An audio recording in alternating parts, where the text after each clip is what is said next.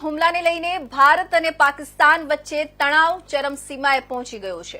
પાકિસ્તાન વારંવાર દાવો કરી રહ્યું છે કે ભારત ગમે ત્યારે તેના પર મોટો હુમલો કરી શકે છે। આને લઈને પાકિસ્તાન હાઈ એલર્ટ પર છે। તો બીજી તરફ યુદ્ધની પરિસ્થિતિમાં ભારત પણ તમામ પ્રકારની તૈયારીઓ કરી રહ્યું છે। ગૃહ મંત્રાલયે દેશભરના 244 જિલ્લાઓમાં એક સાથે મોક ડ્રીલ યોજવાની જાહેરાત કરી છે।